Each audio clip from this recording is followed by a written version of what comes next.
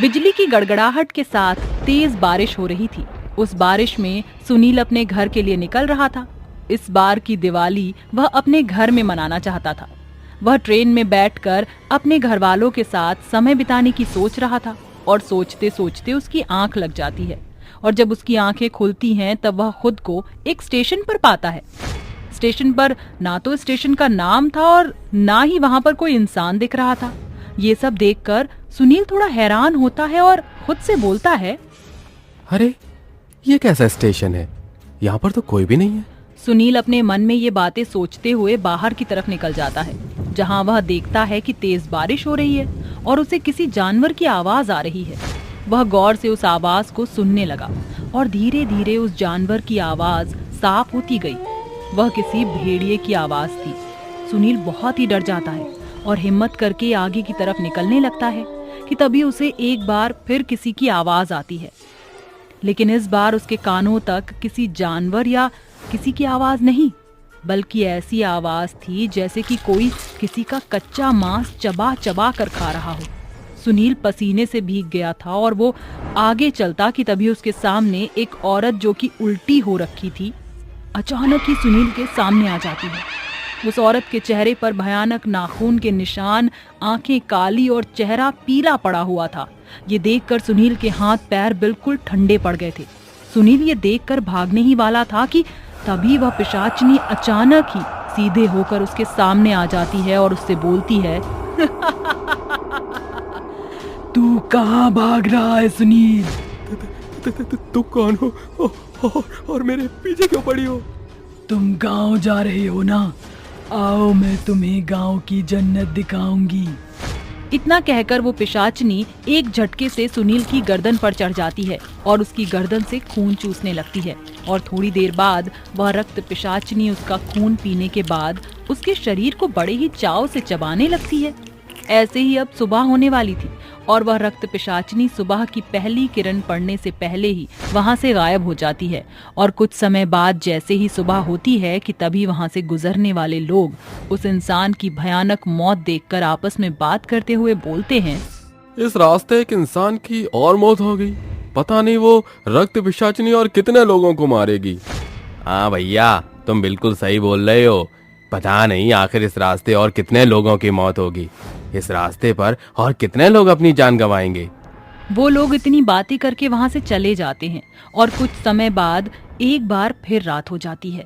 और जैसे ही रात होती है वैसे ही वह रक्त पिशाचनी हंसते हुए वहां आ जाती है और बोलती है,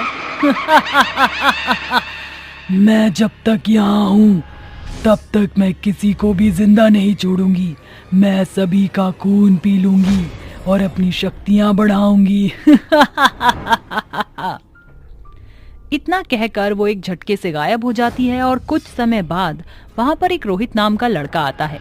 वो अपने घर की तरफ जाने लगता है कि तभी उसे सामने अचानक ही एक रक्त पिशाचनी आ जाती है। उस रक्त पिशाचनी को देखकर रोहित बहुत ही ज्यादा डर जाता है और डर के मारे अपनी जान बचाकर भागने लगता है। जैसे ही वह भागने की कोशिश करता है कि तभी वह रक्त पिशाचनी एक बार फिर हवा में उड़ते हुए रोहित के गर्दन की तरफ झपटती है कि तभी रोहित के सामने एक आदमी जिसके हाथ में जलती हुई मशाल थी वह आ जाता है। उस मशाल को देखकर रक्त पिशाचनी डर के भाग गई। वह पिशाचनी खून की प्यासी थी। जाते वक्त वह पिशाचनी रोहित से बोलती है, आज तो तू बच गया, लेकिन मैं फिर वापस आऊंगी और तब मैं तुझे नहीं छोड़ूंगी। इतना कहकर वह पिशाचनी वहां से चली जाती है। ये सब देखकर रोहित बहुत ही डरा हुआ होता है। तभी वह रोहित उस आदमी से पूछता है, ये कौन थे और तुम कौन हो? मैं निहाल हूँ। और तुम इतनी रात को इस भयानक रास्ते पर क्या कर रहे थे? क्या तुम्हें नहीं पता कि यहाँ पर रात के समय रक्त पिशाचनी आती है? मैं रास्ता भटक गया था, लेकिन फिर भी निडर होकर इस रास्ते से अपने घर की तलाश में गुजर रहा था कि तभी मुझे ये भयानक सी दिखने वाली औरत दिख गई। तुम मेरे घर चलो, ये रास्ता बिल्कुल सुरक्षित नहीं है। निहाल और रोहित दोनों ही घर की तरफ निकल गए और थोड़ी देर बाद रोहित निहाल के घर पहुंच जाता है, जहां निहाल उसको उस रक्त पिशाचनी के बारे में बताता है। हम सभी गांव वाले अपने गांव में बहुत ही आसान तरीके से जीवन बिता रहे थे, लेकिन कुछ समय बाद हमारे गांव में रक्त पिशाचनी आई। पहले तो ये सिर्फ कुछ लोगों को दिखा करती थी, लेकिन धीरे धीरे इसने लोगों को मारना शुरू कर दिया। पहले हम लोगों ने इस बात पर विश्वास नहीं किया कि यहाँ पर किसी रक्त पिशाचिनी का साया है, लेकिन जब हम लोगों ने खुद अपनी आंखों से देखा तब हमें इस रक्त पिशाचिनी पर विश्वास हुआ। धीरे धीरे आए दिन हमारे इस गांव के इस रोड पर किसी न किसी की लाश दिखती। तब से हम लोगों ने उस रास्ते से रात के समय आना जाना ही बंद कर दिया। हम लोगों ने इस रक्त पिशाचिनी से छुटकारा पाने के लिए हमने अपने इस गांव को कई तांत्रिक बाबाओं को दिखाया, लेकिन हम अपने मकसद में कामयाब नहीं हो पाए। और जितने भी तांत्रिक या बाबा उस रक्त पिशाचिनी से लड़ने के लिए आए, वो सभी उसके सामने हार गए और उस रक्त पिशाचिनी ने उन सबको मार दिया। निहाल की ये बात सुनकर रोहित के पैरों तले जमीन खिसक गई और वह डरते हुए निहाल से बोलता है, जब इस रक्त पिशाचिनी को कोई तांत्रिक या पंडित नहीं भगा सका तो हम क्या कर सकते हैं? इसका मतलब तो ये हुआ कि हमारी मौत निश्चय ही हमारे सामने है।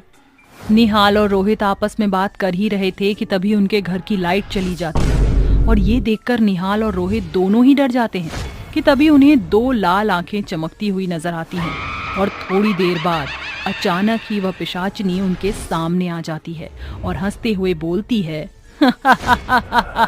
रोहित, मैंने तुझे कहा था ना कि मैं वापस आऊंगी।